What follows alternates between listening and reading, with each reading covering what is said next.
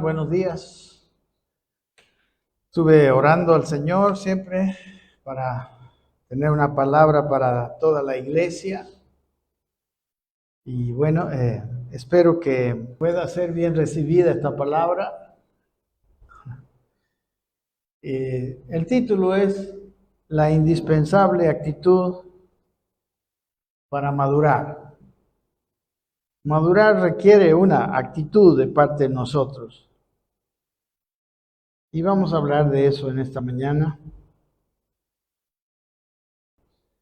Entonces, queremos decir, hermanos, que en esta mañana vamos a tener una primera parte, podemos decir, teórica, de ver la palabra del Señor y mirar lo indispensable que es madurar, lo necesario. Es imposible, es algo antinatural que alguien no madure, así como es antinatural que un niño quede niño, que no crezca.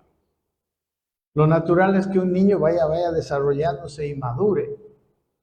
Lo natural es que nosotros en lo espiritual, en el espíritu, maduremos, lleguemos a una estatura.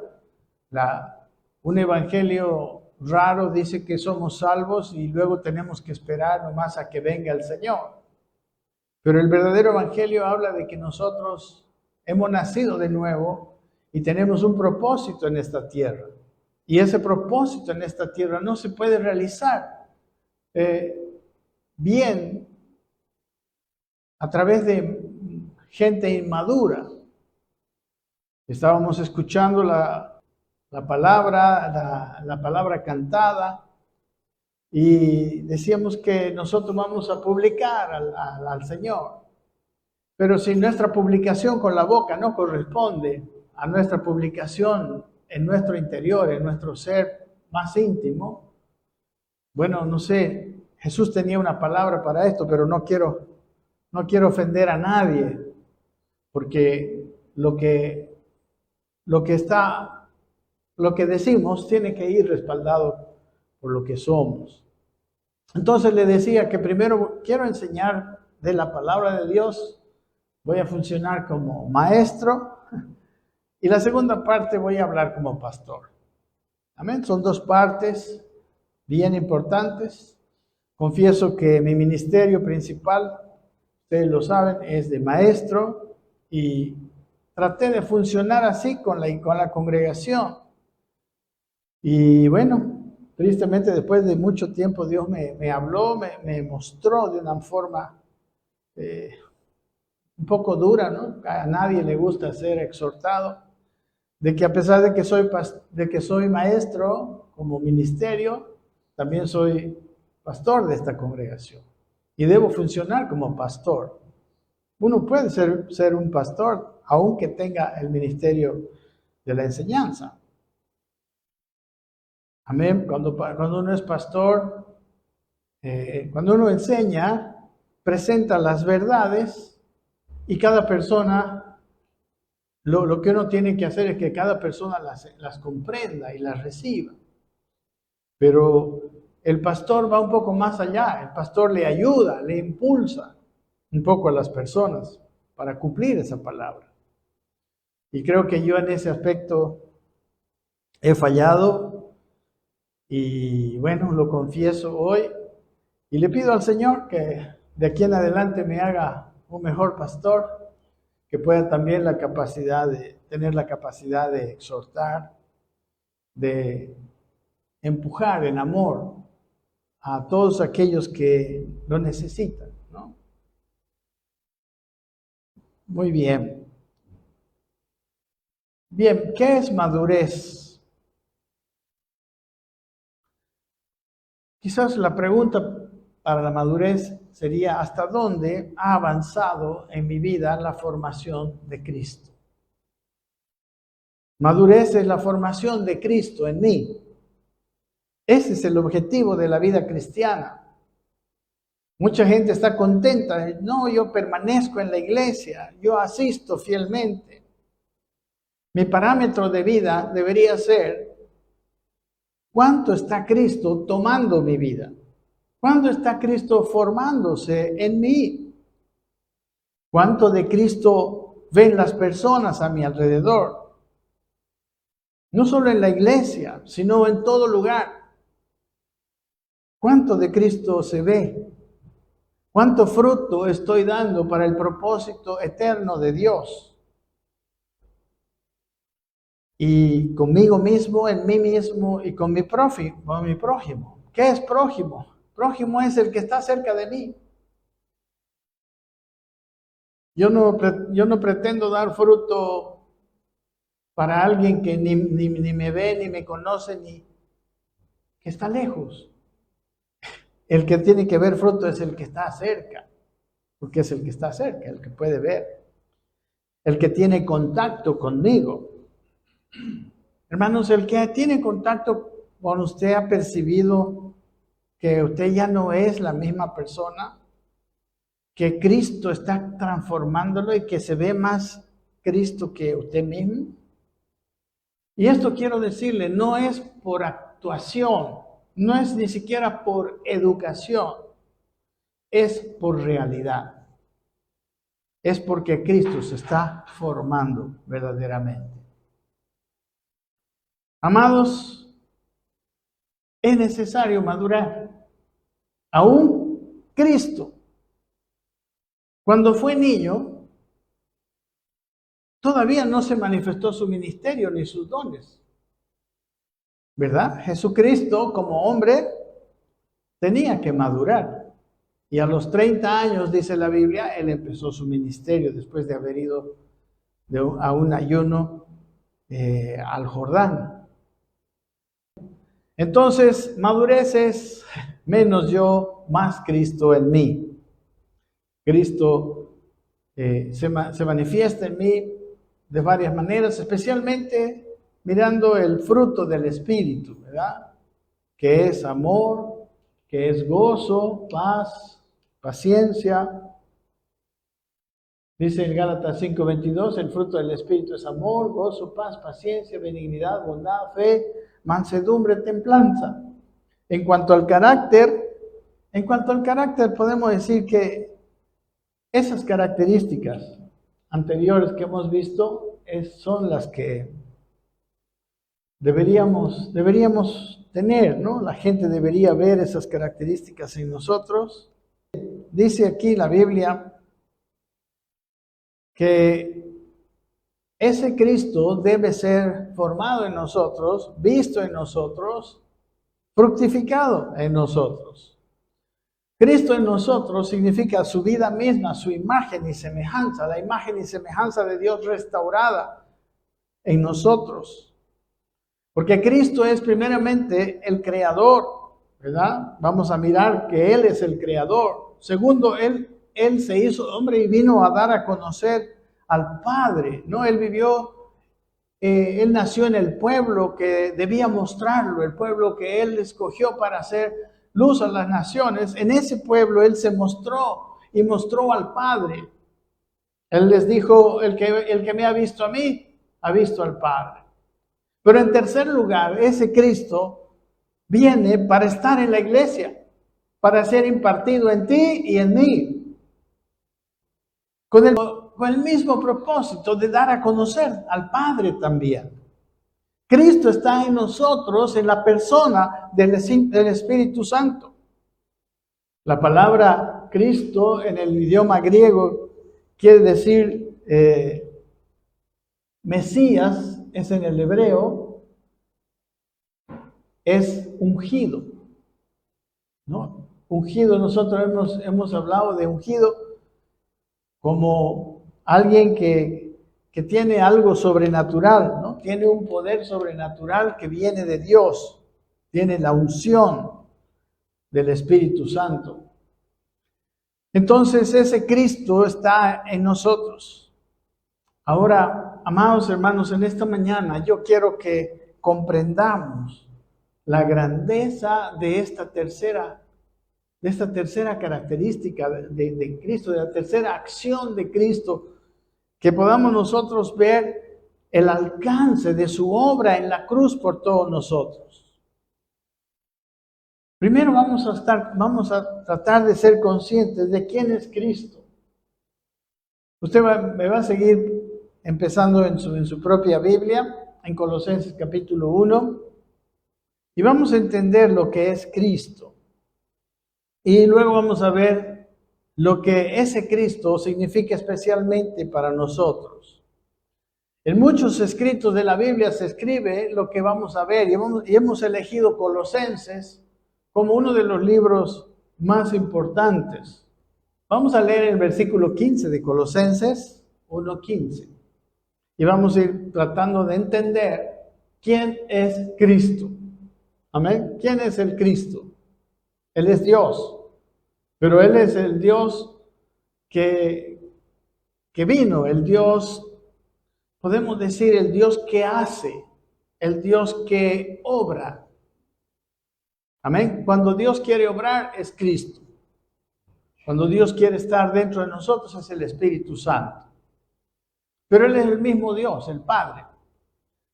Dice en el versículo 1:15, lo que sucede, hermanos, con nosotros es que cuando vemos a Cristo en su tiempo en la tierra, vemos a un hombre que está lleno de Dios, que está lleno de Cristo, pero es hombre. La Biblia dice que Él se despojó de su deidad y se hizo semejante a los hombres, y estando en la condición de hombre, dice Filipenses. A veces eso nos pierde, nos perdemos, pero Él dice, es la imagen del Dios invisible, el primogénito de toda creación. Es el primogénito de toda creación en el sentido de que en todo lo perfecto de cualquier cosa de la creación está en Él. ¿Usted quiere ver una planta perfecta? El perfecto modelo está en Cristo. La palabra primogénito quizás no está tan bien traducida, pero es la palabra prototokos, que quiere decir prototipo. ¿No? Cuando van a lanzar un automóvil, primero hacen el prototipo, y todos los demás automóviles son como ese. El prototipo es perfecto, tiene que ser perfecto, y luego la fábrica hace todos los... ¿no? Entonces Él es el prototipo de toda la creación. Cuando hay un animal, ese animal perfecto, su modelo, podemos decir, su diseño está en Cristo. ¿Y qué no decir del hombre? El hombre perfecto. Cristo es el modelo perfecto de hombre, de ser humano, ¿no? Sea mujer, sea varón, pero de eso Él es el prototipo. El hombre perfecto, la perfección. En el versículo siguiente dice, porque en Él, miren, en Él fueron creadas todas las cosas. En Él, en Cristo, tanto en los cielos como en la tierra, las cosas visibles y las cosas invisibles. Ya sean tronos o dominios o poderes o autoridades, todo ha sido creado, mire, por medio de Él y para Él. O sea, Él creó todo y lo creó para sí mismo. Él es, dice, antes de todas las cosas, y en Él todas las cosas permanecen. Él es antes de todas las cosas. Cuando estuvo hablando con los fariseos, dice, ¿no? Antes que Abraham fuese, yo era. Él es antes de todas las cosas, y en Él todas las cosas permanecen. Permanecen por causa de Él. Probablemente sin Él ya se hubieran destruido, sin su obra en la cruz ya se hubieran destruido, como tuvo que destruirse la humanidad, como la humanidad se autodestruía en Génesis antes del diluvio. Dice el 18, Él es también la cabeza del cuerpo, que es la iglesia. Él es la cabeza de la iglesia. Si nosotros somos la iglesia, tenemos una cabeza, un cerebro común. La iglesia puede estar unida solamente cuando está en una cabeza común. Como seres humanos todos tenemos diversos pensamientos, diversas ideas, Pero la única manera de estar unidos es cuando nosotros estamos en Cristo y su mente está en nosotros. En 1 Corintios 2 dice que nosotros tenemos la mente de Cristo. Termina diciendo el último versículo, dice que tenemos la mente de Cristo. Y claro que la tenemos, pero en el Espíritu Santo. Dice aquí, Él es el principio, el primogénito de entre los muertos, para que Él tenga en todo la primacía, ¿no? Él es el primer muerto y el primer resucitado. Un modelo para nosotros, para que nosotros podamos llegar a decir, como dijo Pablo, ya no vivo yo ya morí, porque estoy crucificado juntamente con Cristo. ¿Y para qué muero? Para que Cristo resucite. Amén. Así como Cristo murió y resucitó, nosotros, para nosotros mismos, para nuestro viejo hombre, debemos morir para que Él resucite. Entonces, en eso es el primogénito también entre los muertos, a fin de que Él tenga en todo la primacía. Es a través de la iglesia, y que Él tome la primacía, Él tome la autoridad.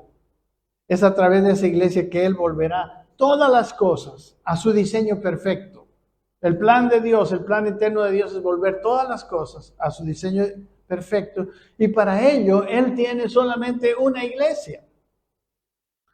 Y dice, porque agradó al Padre que en Él habitara toda plenitud, toda perfección. Habita en Cristo. ¿Está bien? Esto está claro, esto es muy importante. Él no es alguien que está peleando con el diablo.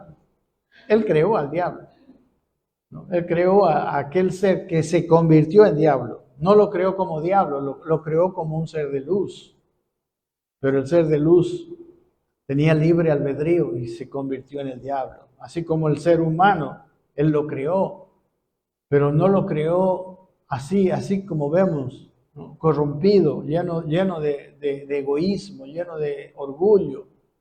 No, lo creó perfecto a su imagen y semejanza. Y bueno, y Jesucristo precisamente viene para devolverle al ser humano esa imagen y semejanza original que el hombre tuvo.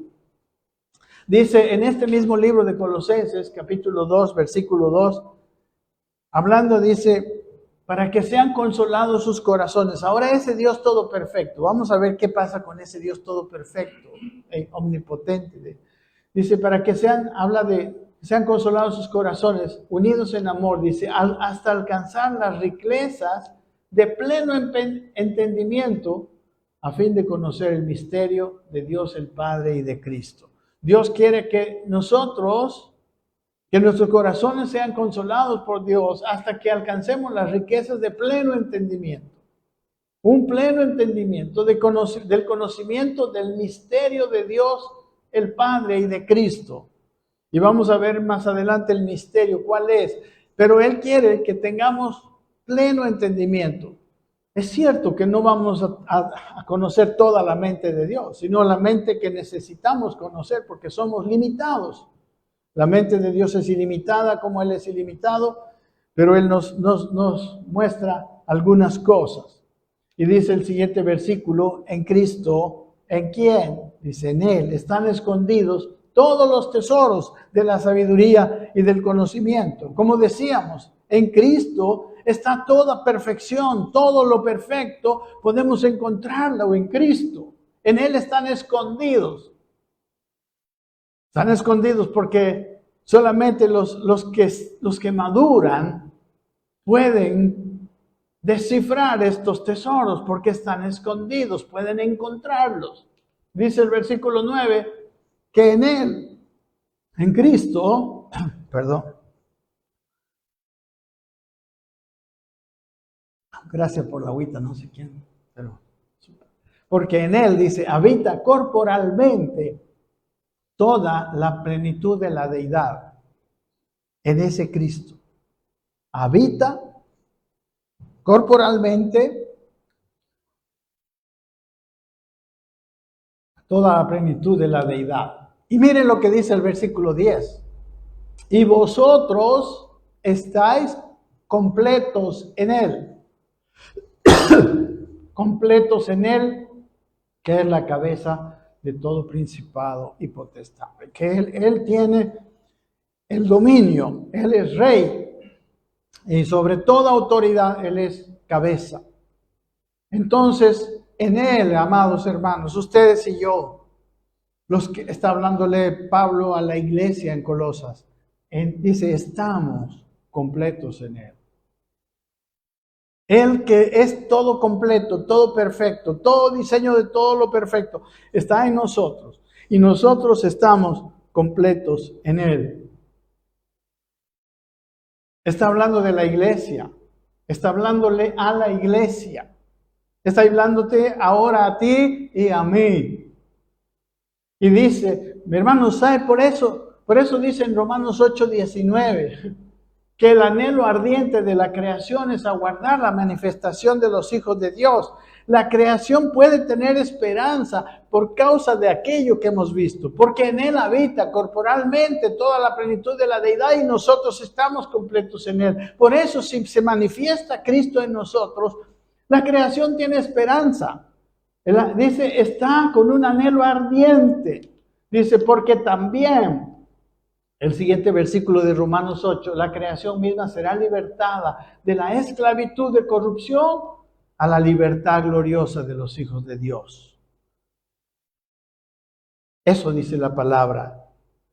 Por eso en Colosenses 1:21 dice, y a vosotros también, que erais en otro tiempo extraños y enemigos en vuestra mente, haciendo malas obras, ahora esa obra de Él en la cruz nos ha reconciliado en su cuerpo. Por eso somos la iglesia es su cuerpo, de carne, dice, por medio de la muerte. Él murió para presentarnos, dice, santos y sin mancha e irreprensibles delante de Él.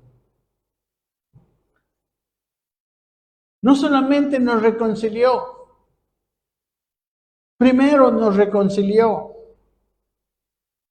Pero el versículo 27, estamos en Colosenses.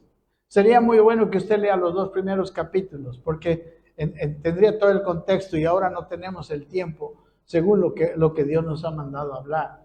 El 27 dice, ¿a quiénes Dios quiso dar a conocer las riquezas de la gloria de este misterio entre los gentiles? Él, a la iglesia, le quiso dar a conocer las riquezas de la gloria de ese misterio. ¿Recuerden del misterio que hablábamos en los versículos pasados? Él quiere darnos a conocer a la iglesia las riquezas de aquel misterio de Dios el Padre y de Hijo. ¿Recuerden? ¿Y cuál es el misterio? Dice que es, aquí lo nombra, Cristo en vosotros, la esperanza de gloria. Y yo te pregunto, ¿dónde está Cristo ahora? Con relación a ti mismo.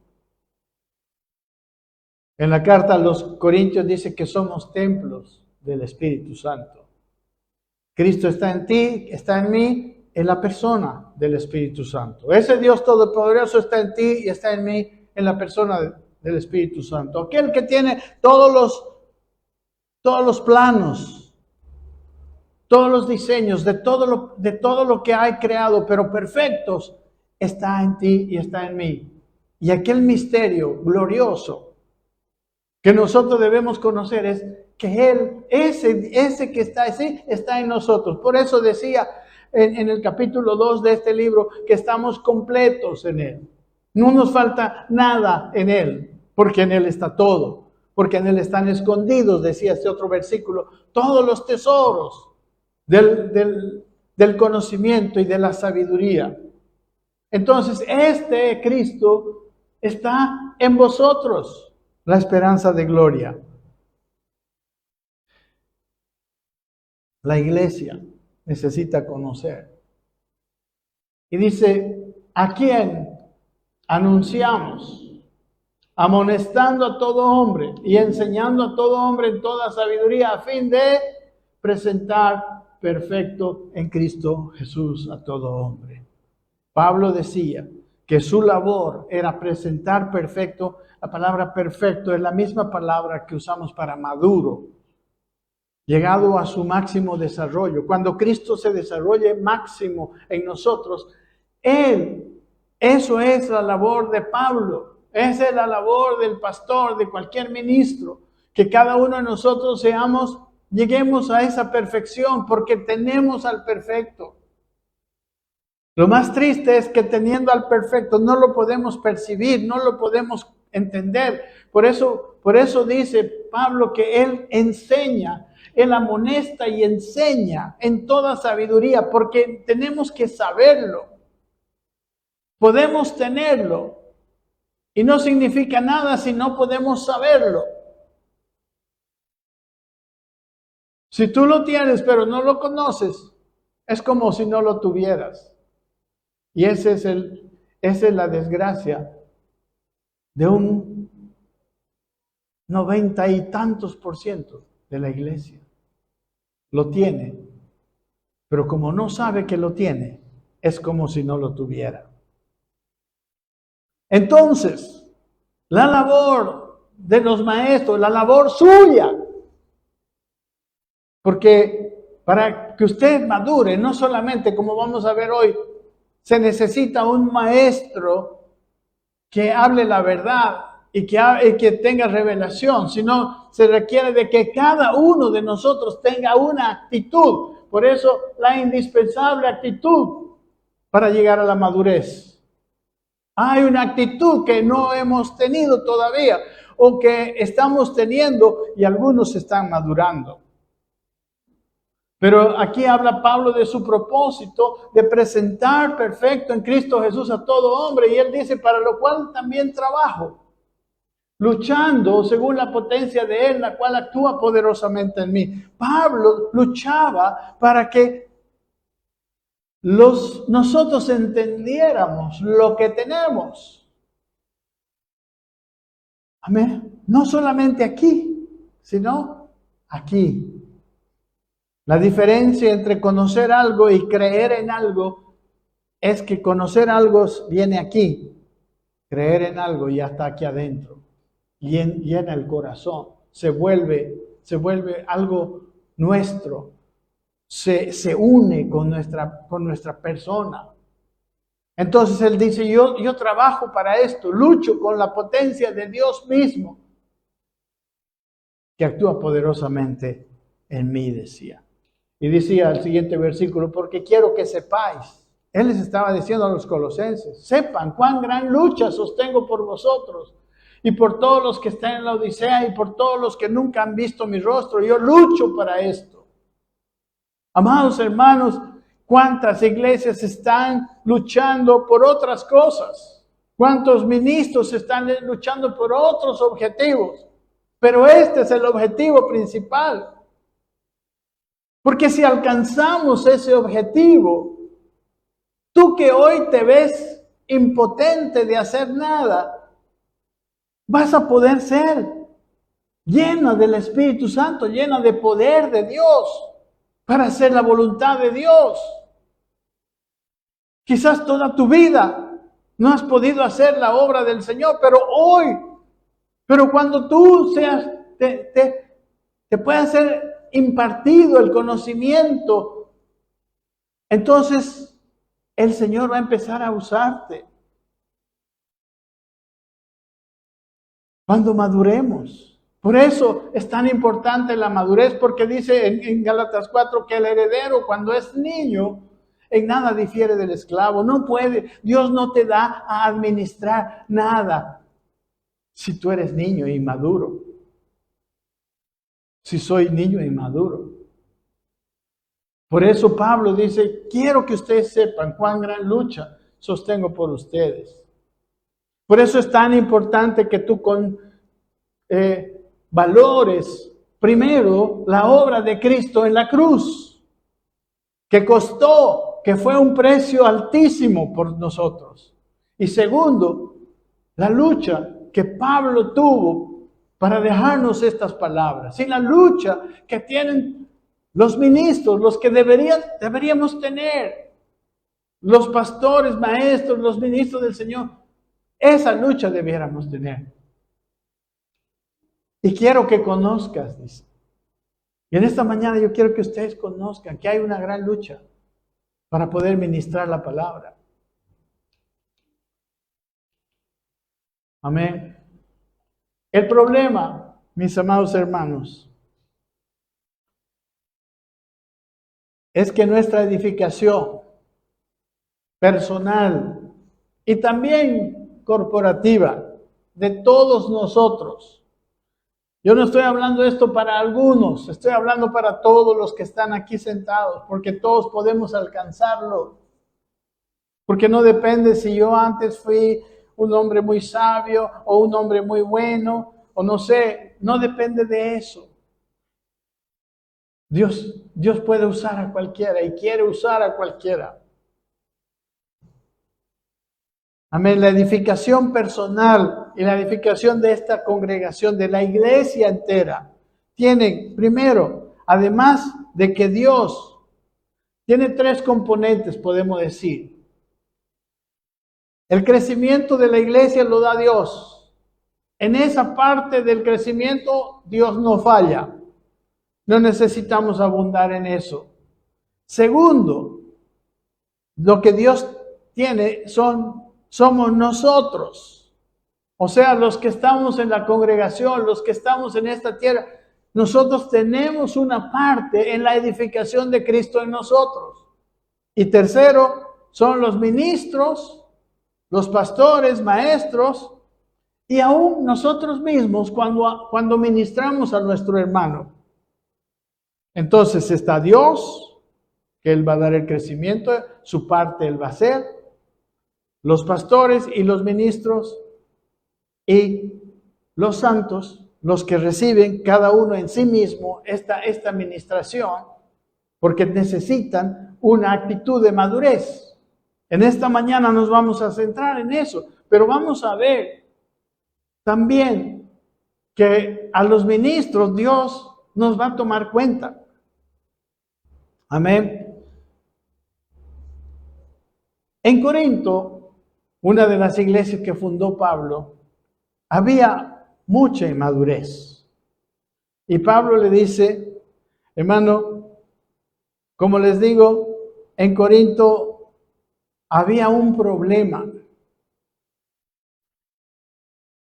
Dios no falla, hemos dicho.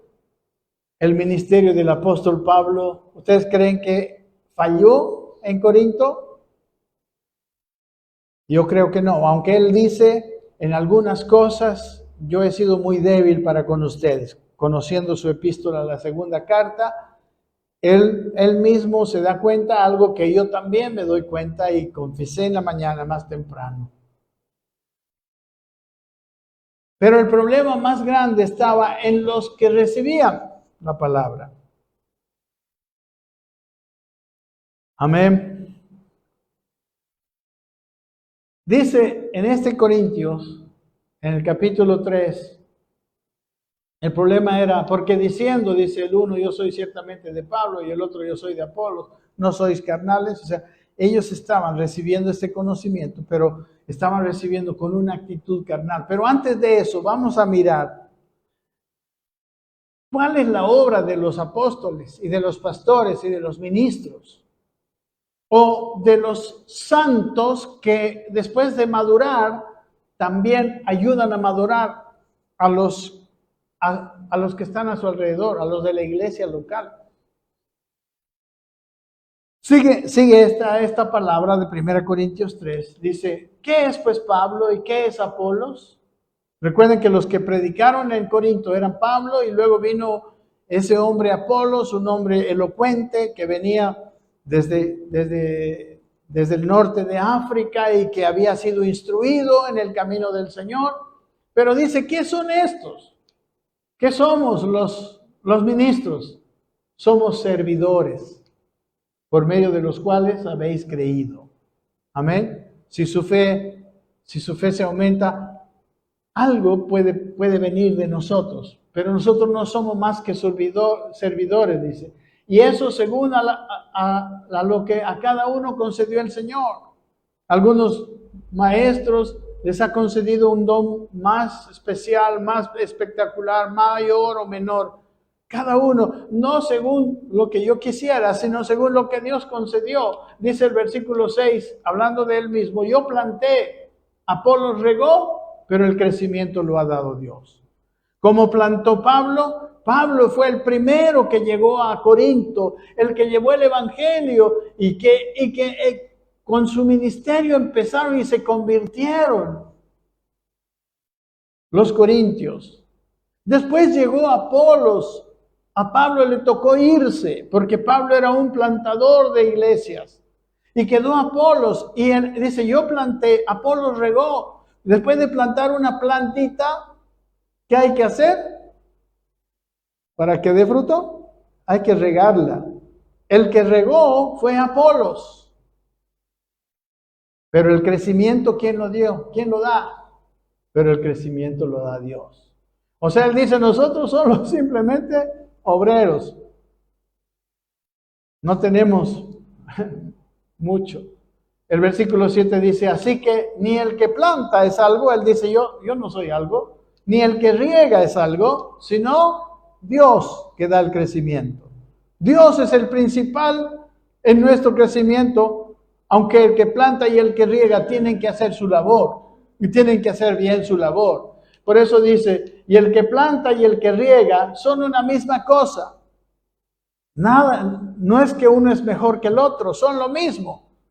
Y les dice Corintios, ¿por qué se pelean? ¿Por qué dicen ustedes yo soy de Pablo o yo soy de Apolos? Si los dos estamos en el mismo trabajo, con la misma labor. No somos como para que cada uno venga a ser mi discípulo y no del otro.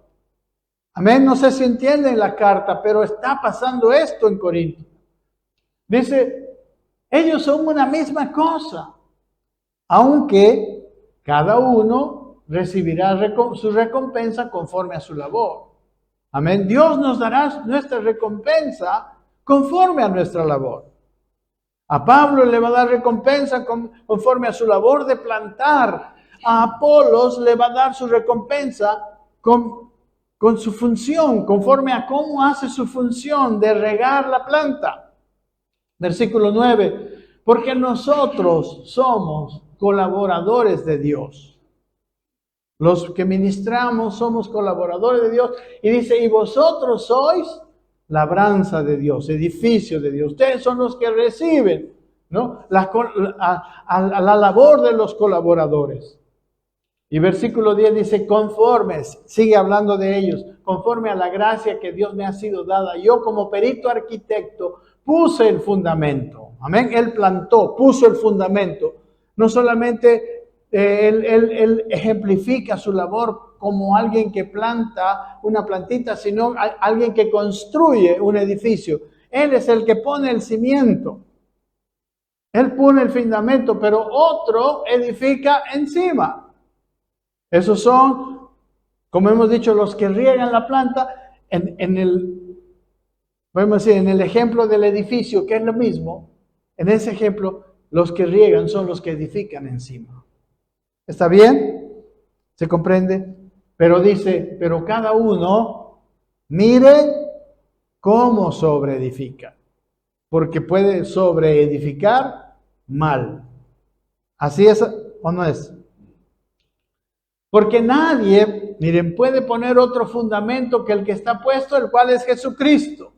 Amén. Nosotros, si no hemos creído en Cristo, si no hemos nacido de nuevo, si no hemos recibido a Cristo en nuestro corazón, de nada sirve la edificación.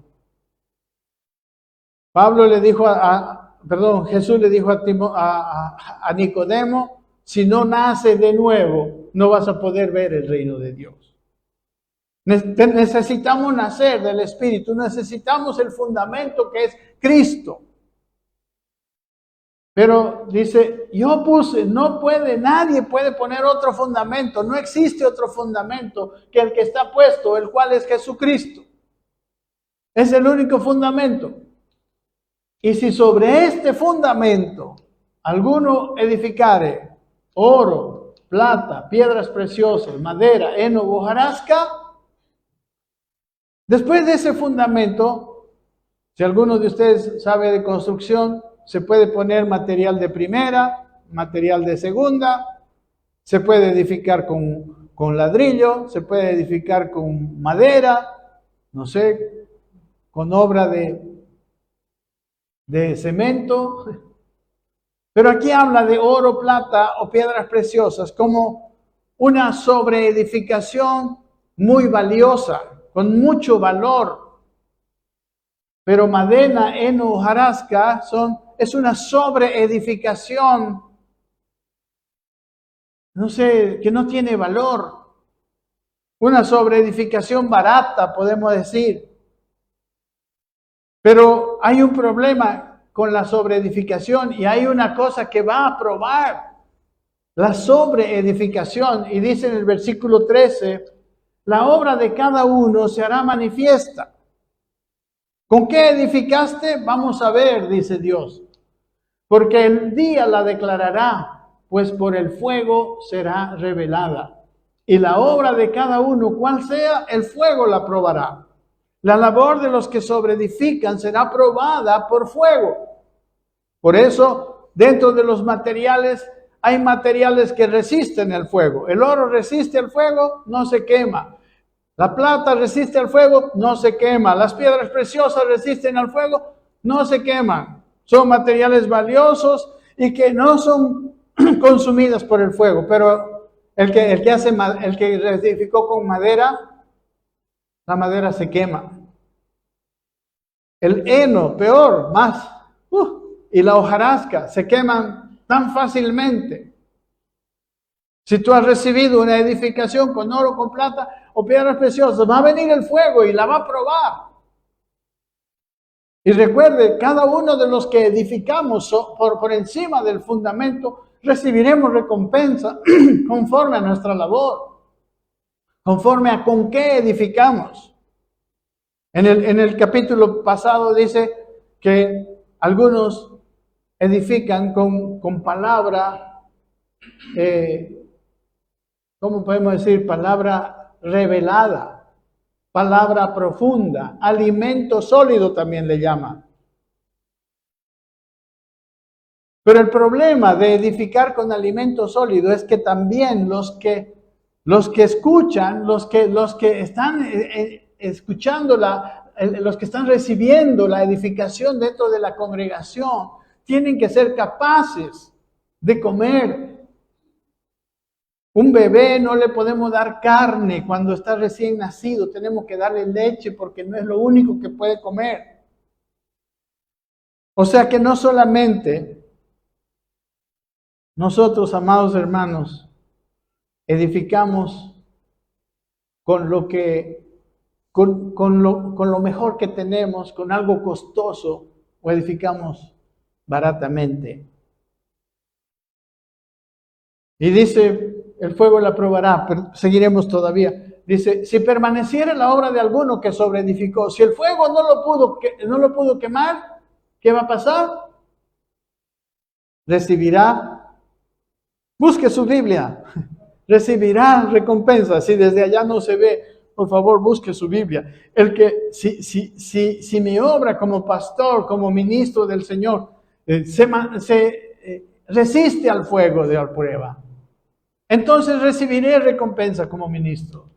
Y si la obra de alguno se quemare, dice, él sufrirá pérdida, si bien él mismo será salvo, así como por fuego. Nuestra labor nos podemos quedar sin ninguna recompensa, aunque eso no tiene que ver precisamente con nuestra salvación, porque nuestra salvación no tiene que ver con nuestro desempeño. Nuestra salvación tuvo que ver con la obra de Cristo. Por eso dice la Biblia, miren qué más dice, y con esto terminamos la parte de lo que corresponde a los edificadores. El 16 dice, ¿no sabéis que sois templo de Dios y que el Espíritu de Dios mora en vosotros? Amén. ¿No saben ustedes, pregunto yo también, que el Espíritu de Dios mora en ustedes? Quizás ustedes no han podido hacer nada, pero el Espíritu de Dios mora en ustedes. Quizás usted no lo sabe, quizás todavía no se ha manifestado, pero el Espíritu de Dios mora en ustedes. Y dice el versículo, miren, esto es grave para nosotros los edificadores, el versículo siguiente dice, si alguno destruyere el templo de Dios, ¿quiénes son hoy el templo de Dios? Participe conmigo, por favor. Usted es el templo de Dios. Mire, ¿no sabéis que sois templo de Dios? ¿Quién es templo de Dios? Diga, yo soy templo de Dios. El Espíritu de Dios mora en mí. Díganlo, por favor. Mora en mí. Y dice, si alguno destruyera el templo de Dios, Dios le destruirá a él. Porque el templo de Dios, el cual sois vosotros, santo es. ¿Sabe, amados hermanos? Si algún maestro, algún ministro de Dios causa destrucción en su vida espiritual, esa persona tiene una gran responsabilidad y también tiene un gran golpe, un gran castigo de parte de Dios. Porque dice que si destruimos, si somos malos ministros, Dios nos destruirá a nosotros. ¿Se entiende? Lo vemos. Vamos a dar cuenta nosotros los ministros de nuestra labor. Y si nuestra labor permanece, amados hermanos, nosotros seremos recompensados. Amén. Y también no solamente ministramos a los santos, los ministros, sino también entre los santos, cuando tú has alcanzado cierta madurez, tienes un ministerio, hermanos. Todos los santos tenemos ministerio. Solo les voy a leer un versículo que dice esto. En Efesios 4:16 dice que todo el cuerpo bien concertado y unido entre sí por todas las coyunturas. ¿Qué hacen las coyunturas? Se ayudan mutuamente. Escuche esto. Cada miembro, según la actividad propia de cada miembro, recibe su crecimiento para ir edificándose en amor. Usted no viene solamente aquí a escuchar la palabra, a recibir. Usted es también una persona que ayuda a su prójimo, que ayuda a los demás hermanos de la iglesia. Y según su actividad propia, usted bendice a los demás, usted construye la obra del Señor. Y de eso también va a dar cuenta. Y si usted es un tropiezo para su hermano, de eso también va a dar cuenta. Y si alguno destruyere el templo de Dios, el cual sois vosotros, ¿qué va a hacer Dios? Dios le destruirá a él. Dios ama a su iglesia. Dios ama a sus hijos. Los ama. Bien, hasta aquí todos los ministerios. Recuerden, ¿quiénes son los que actúan en la edificación de las personas? Dios, que da el crecimiento, los ministros, los que hacen algo con los demás, y ahora vamos a ver usted y yo, los que recibimos el ministerio de Dios. Amén. Dice en esta misma carta a los Corintios que nosotros, amados, dice, sin embargo, dice, hablamos sabiduría entre ¿quiénes? Entre los que han alcanzado madurez. Sabiduría no de este siglo, ni de los príncipes de este siglo que perecen. O sea, Dios nos da, nosotros recibimos sabiduría y hablamos sabiduría. ¿Cuándo? Cuando hemos alcanzado ¿qué? Madurez. Como niños, las conversaciones de niños no son conversaciones, hermanos, que edifican. No son conversaciones con sabiduría de Dios. Pueden ser con sabiduría de este siglo, pero no con sabiduría de Dios que edifica la iglesia, que es oro, plata y piedras preciosas. Cuando usted habla sabiduría de Dios con sus hermanos, usted está edificando con oro, plata, piedras preciosas. Cuando usted su charla es solamente estas cosas de este mundo, eso es algo, una edificación que no va a resistir el fuego. Amén. Pero dice en el capítulo 2 que el hombre natural no percibe las cosas del Espíritu de Dios porque para él son locura y no las puede entender porque se han de discernir espiritualmente. El hombre que no tiene a Cristo no va a poder ser edificado porque hay un fundamento, recuerden. ¿Cuál es el fundamento? Cristo. El hombre natural es el hombre que no tiene a Cristo. Pero no solamente hemos dicho que hay tres tipos de personas. El hombre natural, el que no tiene a Cristo. El hombre carnal, el que se quedó niño en Cristo, es inmaduro. Y el hombre espiritual, que es el hombre que alcanzó madurez. ¿Me entiende bien?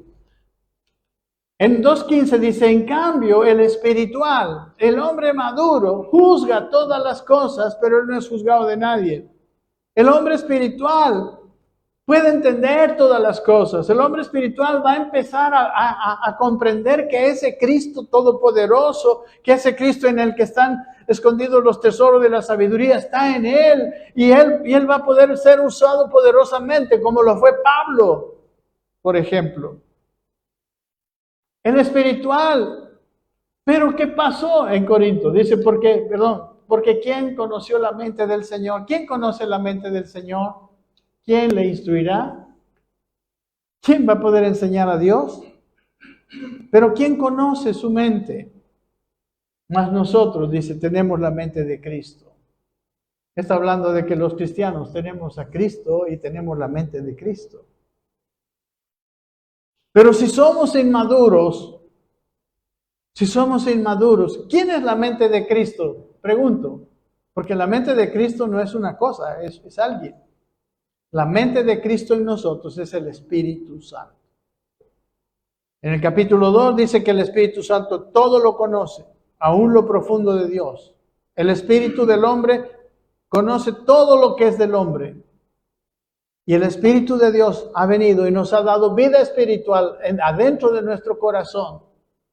Y ese Espíritu Santo es la mente de Cristo en nosotros. Porque Él nos enseñará, dijo Jesús, todas las cosas. Os conviene que yo me vaya, dijo. Porque cuando yo me vaya, los enviaré al Espíritu Santo y Él los enseñará. La sabiduría nuestra, la sabiduría espiritual está en el Espíritu Santo y está en cuánto y cómo podemos entender y reaccionar a las enseñanzas del Espíritu Santo.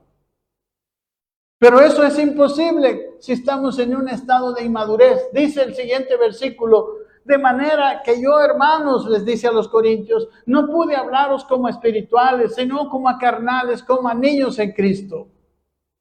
Yo les pude, dice más adelante, os di a beber leche, cosa que beben solamente los bebés y no vianda. No, en otro lugar dice alimento sólido, porque no erais capaces ni sois capaces todavía.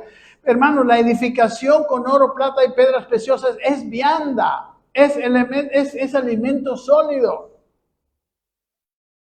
Nadie puede ser bien alimentado con solo leche.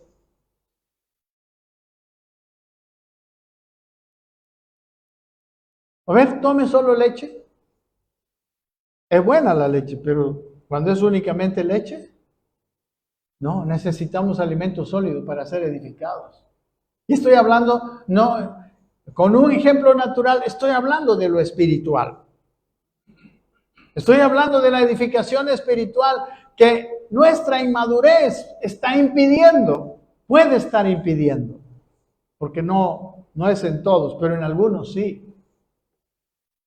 Amén.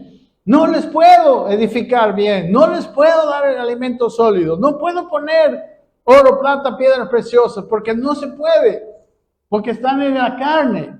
Y dice el versículo siguiente, porque aún sois carnales.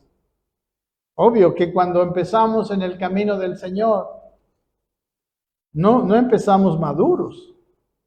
Cada persona que empieza en su vida en Cristo empieza como niño y eso es bueno, es natural, es normal. Pero lo que es anormal es que después de tantos años sigamos niños. Eso es anormal. Pero los corintios después de tantos años permanecían niños. Y Pablo se lo dice, ustedes son carnales, son niños. Porque hay entre ustedes celos, contiendas, disensiones. Habiendo todo eso, ¿acaso no sois carnales y andáis como hombres? Les dice el apóstol Pablo. Porque el uno dice, yo ciertamente soy de Pablo, y otro dice, yo soy de Apolos. Más adelante dice, ¿quién es Pablo? ¿Quién es Apolos? Son servidores. No es que son dos partidos diferentes. No es que uno es mejor que el otro. Pablo es el que pone fundamento, el otro es el que edifica encima.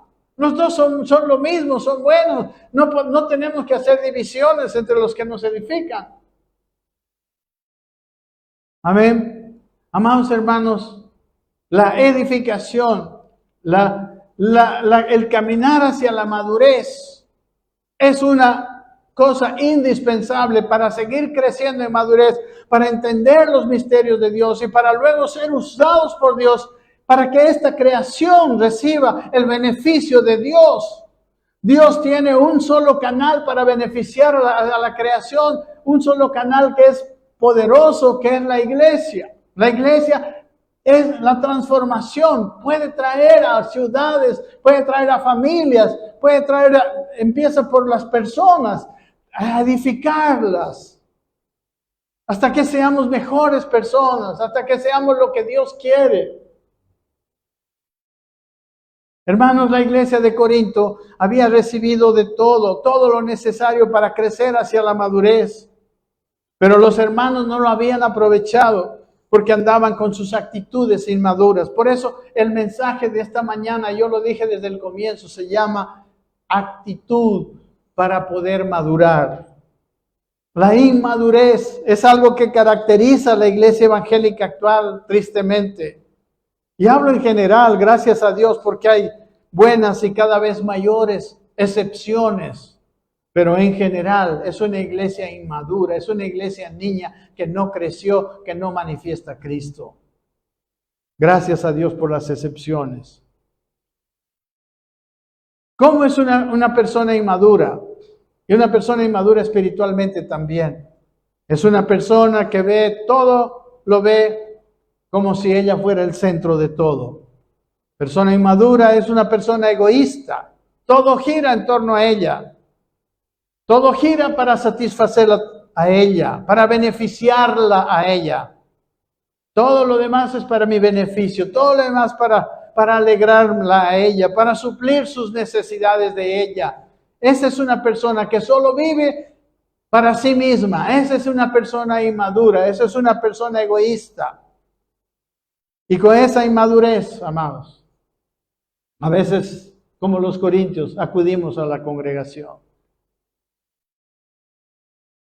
En cambio, la actitud de madurez es cuando una persona piensa en los demás. Cuando una persona tiene una actitud de madurez, es una persona que asume responsabilidades. Que no solamente recibe beneficios, sino asume responsabilidades. Alguien que dice, me interesan las otras personas, no solo yo. Me interesa saber en qué lugar estoy, qué lugar ocupo para asumir. Cuando te contratan en una empresa, tú tienes que saber cuál es tu trabajo para asumir tu trabajo, ¿verdad?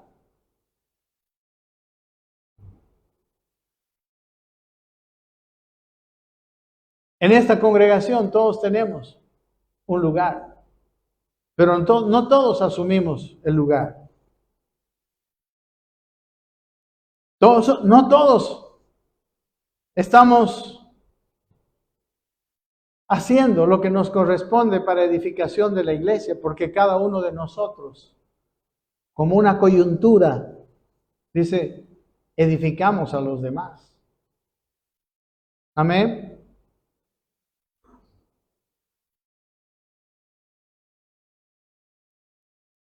Empezamos con inmadurez la vida cristiana, como éramos siempre, es verdad. Sabemos que Dios nos ama, nos quiere llenar con su Hijo, pero tenemos que llenarnos de Cristo, no solo para gozarnos, no solo para cantar y bailar. Hay gente que lo que quiere es en la iglesia cantar y bailar y que lo emocionen y que le den, motivaciones para la vida, le den así. Pero no solo eso, amados hermanos. No solamente Dios vino a darnos eso, vino también a darnos eso. Nos vino a dar paz con nuestros pecados perdonados.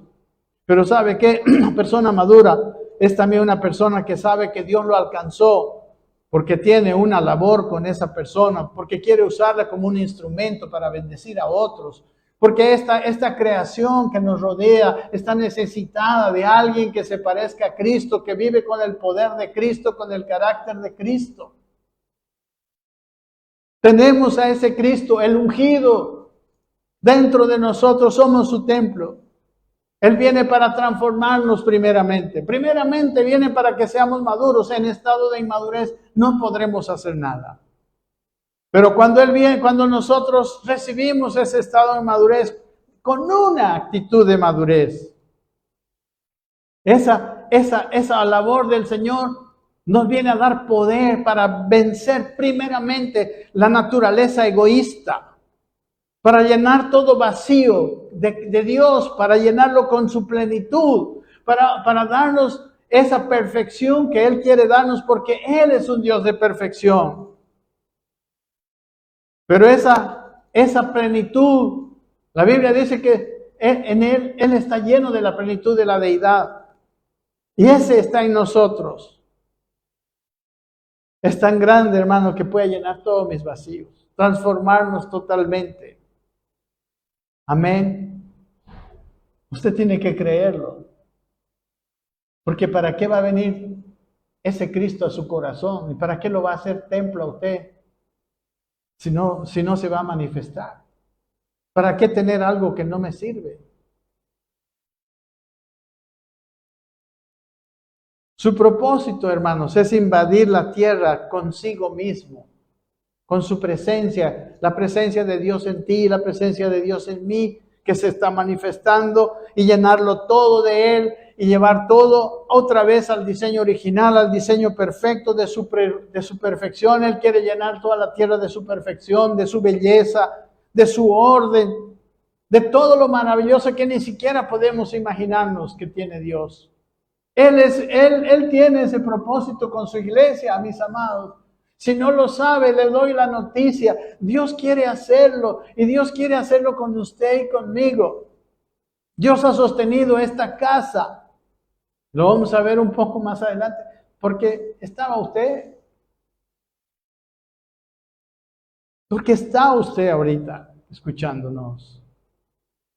Es increíble que tengamos todo ese tesoro dentro de nosotros, pero que por falta de madurez Él no puede hacer nada, ni dentro de nosotros mismos, ni con nosotros mismos, menos con los demás.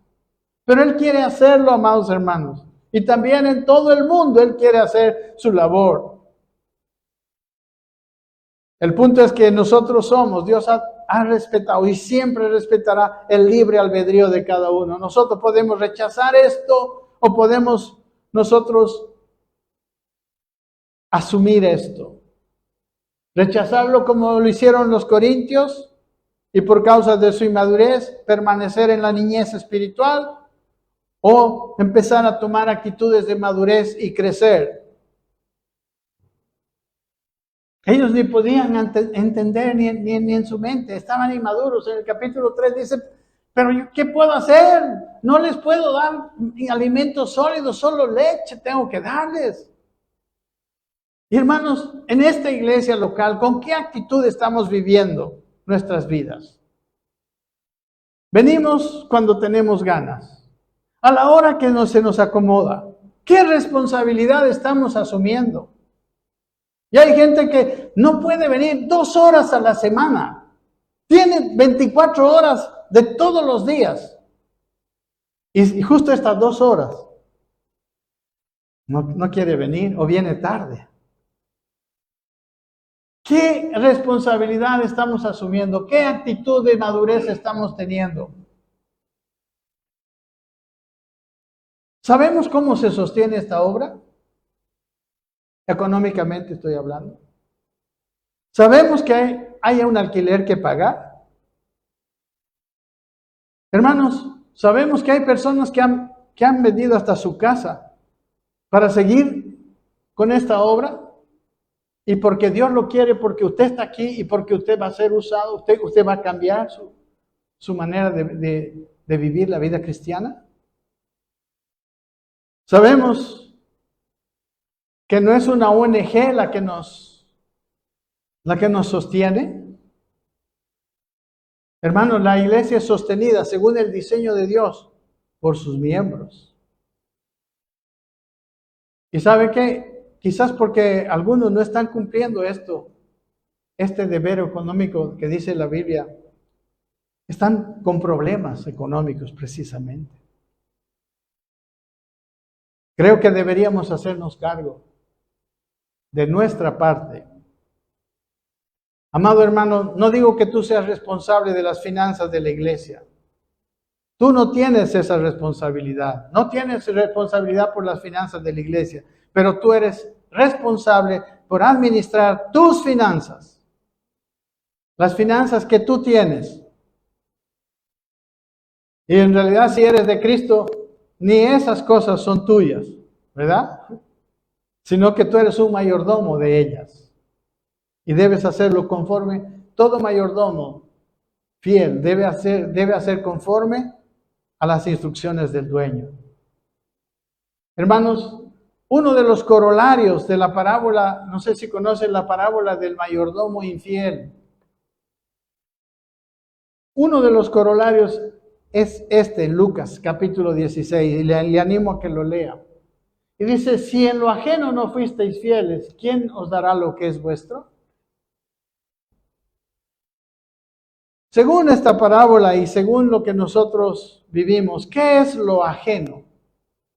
¿Qué es lo tuyo y qué es ajeno de lo que tú tienes? ¿Sabe qué es lo ajeno? Lo que Dios te dio para administrar es ajeno. ¿Qué es lo tuyo? Lo que Dios te da como herencia. Amén. Y que quizás no ves si sigues en estado de inmadurez. Lo que tienes aquí en la tierra no permanecerá tuyo. Cuando te mueras, o quizás antes, esto ya no te pertenecerá. Le pertenecerá a otro. Eso no es lo vuestro. Eso es lo que dice en esta parábola, lo ajeno. Lo verdaderamente tuyo y mío es eterno. Amén. Y no sigamos más con las parábolas, con la parábola del rico insensato y otras más que hay.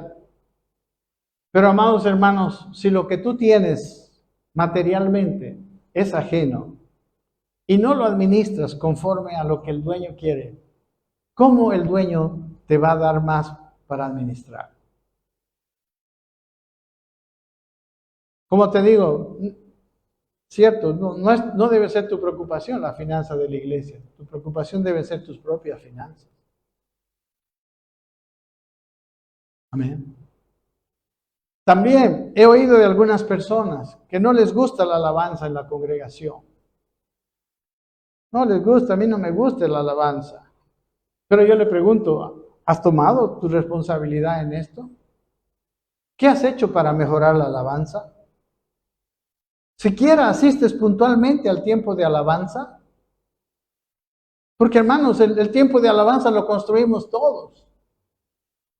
El tiempo de alabanza lo construimos todos. El Espíritu se manifiesta cuando todos alabamos juntos aquí. Hay gente que se ha ido porque quiere otra iglesia donde puede alegrarse, a danzar, bailar. Pero nunca venía a la hora de la alabanza. Algunos dicen, yo me voy de esta iglesia porque no hay escuela dominical de niños. Pero pregunto, ¿hay algún responsable llamado por el Señor para esto?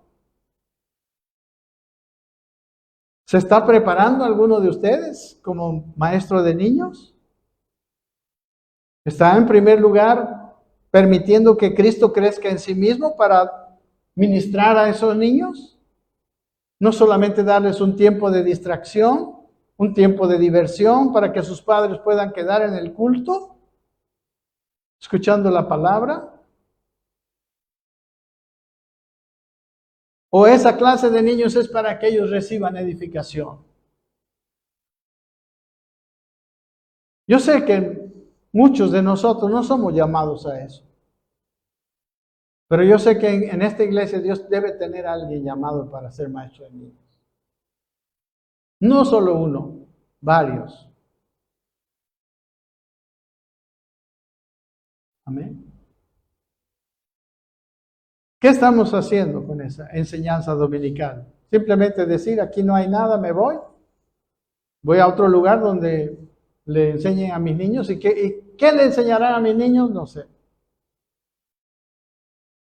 Porque ya en el colegio le enseñan otras cosas. ¿Somos responsables o irresponsables con nosotros mismos?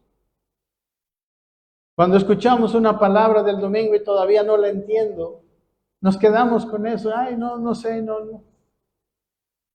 O vamos a la casa y oramos alrededor de esa palabra y le decimos, Señor, no entiendo, revélame, muéstrame, edifícame.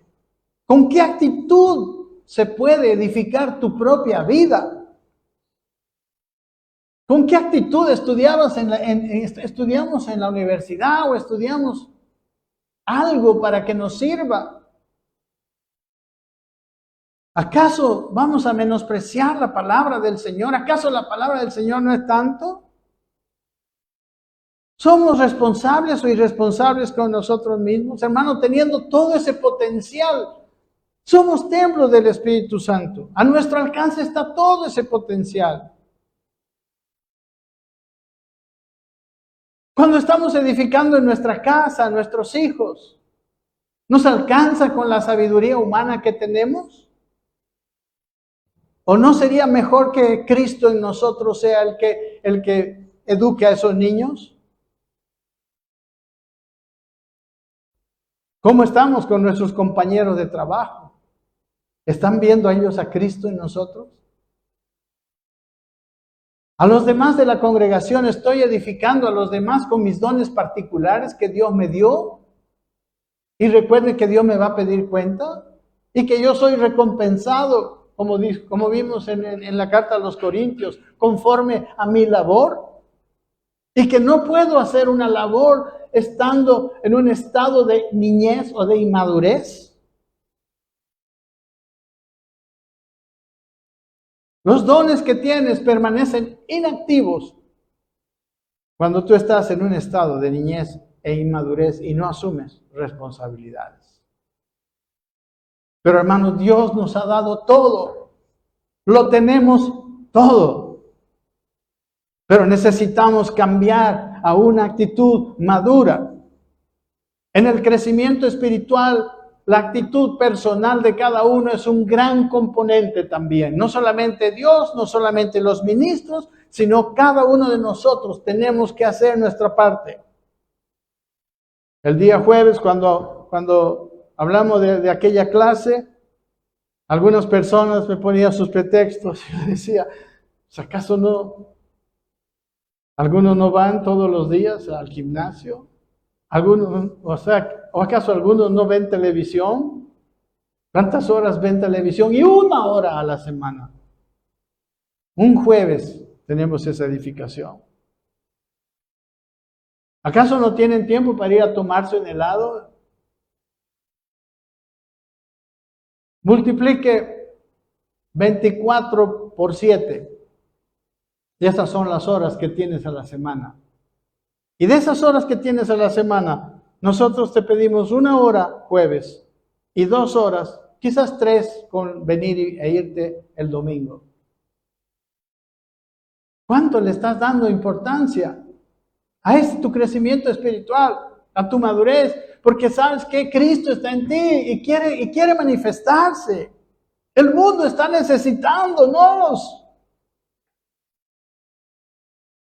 Amados hermanos, yo no sé cuál es exactamente tu situación, porque cada uno de nosotros conoce su propia situación. Pero vengo en esta mañana para decirte que lo que tienes todo para ser una persona que refleja a Cristo. Una persona que es una solución para sí misma, para su prójimo. ¿Sabe qué quiere decir prójimo? Próximo. Para tu hijo que está cerquita, para tu esposo o tu esposa que está cerquita. Tú eres esa solución, no por lo que eres, sino por el Cristo que está dentro de ti y que no se puede manifestar si sigues con esa actitud de inmadurez y no asumes tu lugar dentro del cuerpo de Cristo.